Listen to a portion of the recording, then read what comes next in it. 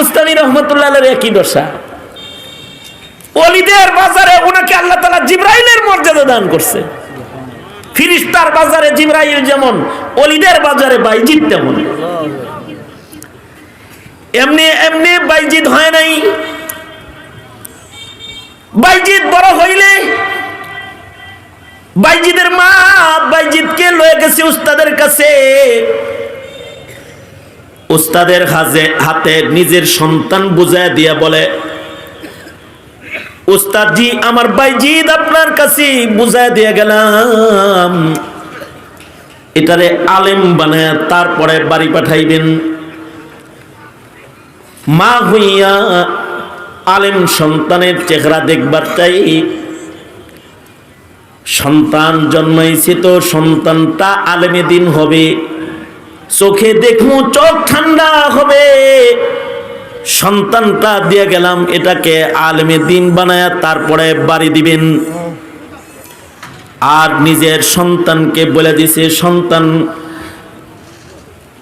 ইলমে দিন শিখা শেষ না কইরা আলেম না হয়ে কিন্তু বাড়ি আইসো না। মা চলে গেছে। কিছুদিন পরে বাইজিদের দিল মানে না মারে, দেখতে মনে চায়। উস্তাদ রে কয়, উস্তাদ জি মারে দেখতে মনে চাইতেছে, বাড়ি যাও। উস্তাদের মাথায় ঘুরবার লাগছে। বাইজিদের মা বলে গেছে আলেম না বানায় বাড়ি পাঠাইতে না, কম আজ কম এতটুকুন ইলিম অন্তত শিখা বাড়ি যাক, যাতে মায়ের দিল ঠান্ডা হয়। উস্তাদ জি বড় করে একটা সীমানা দিছে, যদি এই কয় পারা মুখস্থ করতে পারো তাহলে ছুটি। যতটুকুন পড়লে একজনকে ইলমের নিসবত লাগানো যায়, এতখানি মুখস্থ করলে তোমার ছুটি দিব। আশ্চর্য, বাইজিদ অতখানি মুখস্থ করে ফেলেছে অল্প সময়ের ভেতরে। উস্তাদ জি মনে মনে ভাবছে, যে সবক দিয়েছে ও 2 বছরে মুখস্থ করতে পারবো না, আর বাড়িও যেতে পারবো না। কিন্তু অল্প কয়েকদিনের মাথায় সব শেষ। এবার বলে, উস্তাদ জি এই 22-23 পারার শর্ত লাগাইলেন, পুরা করছি। সিংহভাগ কুরআন সিনায় আসছে, এখন কি একটু বাড়ি যাইতে পারি?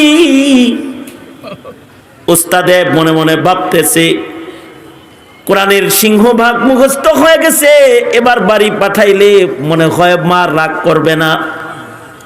নিজের সন্তানকে পাঠায় দিয়েছে। বাইজিদ যায় দরজায়, সন্ধ্যা রাত্রে হাজির হয়ে মা মা বলে দরজায় ডাকতেছে। মা আসছি, বহুদূর থেকে সফর করে আসছি, দরজাটা খুলো মা, আমি বাইজিদ এসেছি। আশ্চর্য, মা দরজা খুলে না। বাইজিদ বলে, মা আমি তোমার বাইজিদ আসছি, একটু দেখতে মনে চায় তোমার, তাই আইছি, দরজা খোলো। ঘরের থেকে আওয়াজ এসেছে, না না তুমি আমার বাইজিদ না, কারণ আমার বাইজিদ আলেম না হয়ে আসার কথা না, তুমি আমার বাইজিদ হতে পারো না। দরজায় অপেক্ষা করে বাইজিদ বুস্তামি দাঁড়িয়ে রয়েছে যে মায়ের দয়া হলে মা কিছু সময় পরে অথবা দরজা খুলবে কিছু সময় গেলে। মাঝরাত্রে আবার বলে, মা পেটে ক্ষুধার যন্ত্রণা, মা একটু খাবার দাও মা, আমি তোমার বাইজিদ আসছি। ঘরের ভেতর থেকে উত্তর এসেছে, আমার বাইজিদ তুমি না, তোমার সাথে আমার পর্দা, আমি তোমার সামনে যাব না, কারণ আমার বাইজিদ আলেম হওয়া ছাড়া আসার কথা না। যাও, চলে যাও, বিদায় নিয়ে যাও। ভোর রাত পর্যন্ত মায়ের দরজায় দাঁড়ায়া বাইজিদ বুস্তামি নিরাশ হয়ে আবার মাদ্রাসার দিকে রওনা করেছে। 17-18 বছরের ভেতরে বাইজিদ কোনোদিন আর বাড়ি যায় নাই, যতদিন পর্যন্ত না তার ওস্তাদ তাকে দস্তারে ফজিলতের জন্য তাকে ডাক না দিছে, যাও বাইজিদ আলেম হয়ে গেছো, এবার বাড়ি যাও। 18 বছর পরে এবার বাইজিদকে ইলমের সনদ দেওয়া হবে, বড় আলেম হয়ে গেছে। অনুষ্ঠান হইতেছে বাইজিদকে বাড়ি পাঠানোর জন্য। আগামীকাল অনুষ্ঠান। রাতের বেলায় উস্তাদকে সরওয়ারে দো আলম নবী স্বপ্ন যোগে ডেকে বলতেছে, এ রে শোনো, তুমি আজকে আমি নবীর কাছ থেকে আমার ফরমানটা শুনে নাও। আগামীকালকে বাইজিদের মাথায় যখন পাগড়ি পেঁচাইবা, শুধুই মাত্র দস্তারে ফজিলত ইলমিটা দিবা না, দস্তারে মারিফাতটাও পেঁচাই দিবা। কারণ বাইজিদ শুধু ইলমের মালিক না, তাকে বাইআত তালকিনের ইজাজত দিয়ে দিবা। নবীর নির্দেশে সকাল বেলায় মাথায় পাগড়ি শুধু পেঁচায় নাই, উস্তাদে উলুম ও মারিফতের ফুনুন ও হিকামের সব কিছুর সনদ দিয়ে বাইজিদ কি বলে, বাইজিদ যাও, এবার বাড়ি যাইতে পারো। আলেম কমপ্লিট হইয়া ওলি হইয়া তারপরে বাইজিদ বাড়ির দিকে রওনা করেছি। অসুস্থ বাইজিদের মা বিছানায় শুয়ে রয়েছে। সামনে যায় বলে, মা আমি বাইজিদ এসেছি। মার সাথে সাথে সন্তানের চেহারা দেখা বুঝা ফেলাইছে আমার সন্তান কামেল। সন্তানকে বুকের ভেতরে জড়ায় ধরেছে, সন্তানকে চুমু খাইতেছে।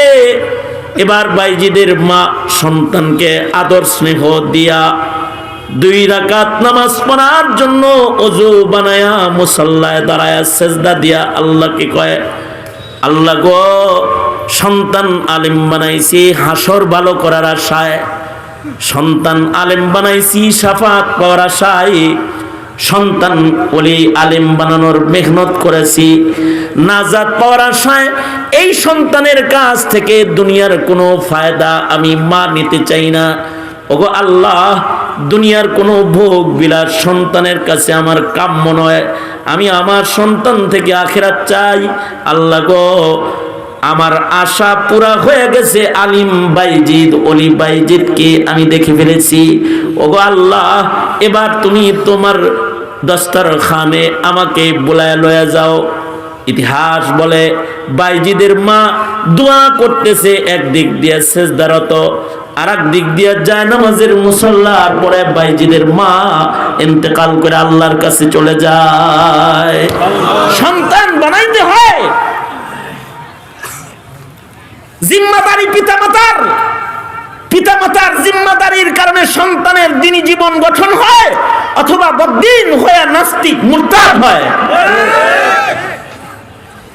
সেম ইমাম বুখারী রহমতুল্লাহি আলাইহি, জন্মের পরে উনি চোখ খারাপ, অন্ধ হয়ে গেছে।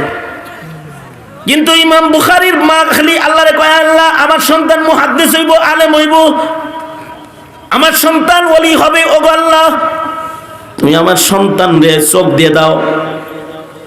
মায়ের দোয়ার বরকতে ইমাম বুখারী রহমতুল্লাহের অন্ধ চোখ হঠাৎ করে ভালো হয়ে গেছে। এবং আশ্চর্য, বৃদ্ধ বয়স পর্যন্ত কোনোদিন ইমাম বুখারীর চশমা লাগে নাই। মায়ের দোয়ার চোখ এটা খালি যত বুড়া হয়েছে তত আলো বাড়ছে। আর উনি চাঁদের আলোয় বসে বসে, মায়ের দোয়ার চোখ দিয়ে চাঁদের আলোতে বসে বসে কিতাব লিখেছে। ইমাম বুখারী রহমতুল্লাহের একটা কিতাব আছে, যে কিতাবটা উনি চাঁদের আলোয় বসে বসে লিখেছে, মার দোয়ার চোখ দিয়ে লিখছে। বাতি ছাড়া শুধু চাঁদের আলোয় বসে কিতাব লিখেছে। জিন্দেগি এত রোশন হইছে, কবরে যেখানে চলে গেছে 1200 বছর এই গুরুস্থানে আতর ছিটান লাগে না, খুশবু লাগান লাগে না। ইমাম বুখারী যেখানে ঘুমায় রয়েছে 1200 বছর যাবত এখান থেকে কুদরতি ভাবে সুগন্ধি কবর থেকে বাইর হইতেছে। এই যে নসিব, এই যে কপাল, যে মা বাবার হইছে, যে মা বাবার ঘরে কবরে খুশবুওয়ালা সন্তান জন্মাইছে, এটা এমনি জন্মায় নাই। মা বাবা সন্তানের সালামতির জন্য মেহনত করেছে। আর তুমি তোমার সন্তানকে ব্রাকে ভর্তি করে দিয়ে মুসলমান বানাইতে চাও, খ্রিস্টানদের স্কুলে পড়ায়ও মুসলমান বানাইতে চাও, আলেমদের কাছে এক বেলা পাঠাও না, নাস্তিক মোরতাদদের সঙ্গ নিতে নিতে সন্তানটা নাস্তিক মোরতাদের মেজাজ হয়ে গেছে। প্রজন্মের এই দুর্দশার কারণে এই জমানায় ইসলামের কথা বলনে ওয়ালা মুসলিম সন্তানের অভাব হয়ে গেছে। কারণ সন্তানগুলা ইসলামের দস্তরখানে জন্মায়, কিন্তু ইসলাম শেখার সুযোগ ওরা এখন আর পায় না। সুতরাং ওদের মৃত্যু নিরাপদ না। যাদের মরণ নিরাপদ না তাদের কবরও নিরাপদ না, যাদের কবর নিরাপদ না তাদের হাসরও নিরাপদ না। ঈসা আলাইহিস সালাতু ওয়াস সালাম জন্মের সময়ের নিরাপত্তাও চাইছেন, মরণের নিরাপত্তাও চাইছেন, হাসরের নিরাপত্তাও আল্লাহর কাছে চাইছেন। সুতরাং একজন মুসলিম হিসাবে আমাদের জীবনে জন্মের পরে ইমানি জিন্দেগির নিরাপত্তা দরকার, মরণের দিনে ইমানের সাথে মরণ দরকার, হাসরের দিনে মুসলিম হিসাবে ডানপন্থী আল্লাহর বান্দা হিসাবে ডান হাতে আমল নামা নিয়ে দাঁড়ানো দরকার। এই সব নিরাপত্তাগুলো এটা অটোমেটিক আসে না, এটা মেহনতের মাধ্যমে সেটেলমেন্ট করতে হয়। সুতরাং আমাদের জিন্দেগিতে আমাদের প্রজন্মের পেছনে তাদের ইমানি জীবন, তাদের আখিরাত, এগুলো আমাদের মেহনতের উপরে নির্ভরশীল। আমরা যদি মেহনত বাদ দিয়ে দিই তাহলে আমাদের সন্তানগুলা পশ্চিমাদের কালচারে গড়ে উঠবে। উলামায়ে কেরাম কিছুটা মেহনত করেন, উলামায়ে কেরাম ইহুদিয়াতকে চিহ্নিত করেন, উলামায়ে কেরাম কাদিয়ানিয়াতকে চিহ্নিত করেন, নাস্তিকদেরকে চিহ্নিত করে জাতির সামনে তুলে ধরেন। এই কারণেই আলেমদেরকে জেলখানায় বন্দী করে রাখা হয়, তাদের জবান তালা লাগায় রাখা হয়, যেন মুসলমানিত্ব মুসলমানের মাটিতে সেটেল না হয়। আশ্চর্য, মুসলমানরা এই বিষয়টা না বুঝে উল্টা আলেমদেরকে গালিগালাজ করে। সুতরাং নিজেরা নিজেদের শুধু একটা সন্তানের জন্মই নয়, তার জন্ম থেকে মৃত্যু পর্যন্ত, তার মরণ থেকে হাসর পর্যন্ত হর কিসমের সালামতির সন্ধান আমাদের সবাইকে করতে হবে। সন্তানদেরকে দ্বীন শিখানো নিশ্চিত করুন এবং তাদেরকে দ্বীনি শিক্ষা কনফার্ম করুন, ইনশাআল্লাহ। বলেন ইনশাআল্লাহ। ইয়া আল্লাহ, বলেন ইয়া আল্লাহ, ইয়া আল্লাহ, ওয়াদা করিতেছি আমাদের প্রজন্মকে দ্বীন শিখাবো, আলেমদের সাথে চলবো, ইহুদিদের সহযোগী হব না, ইহুদি পণ্য কিনবো না, ইনশাআল্লাহ। জোরে কোন মুসলিমদের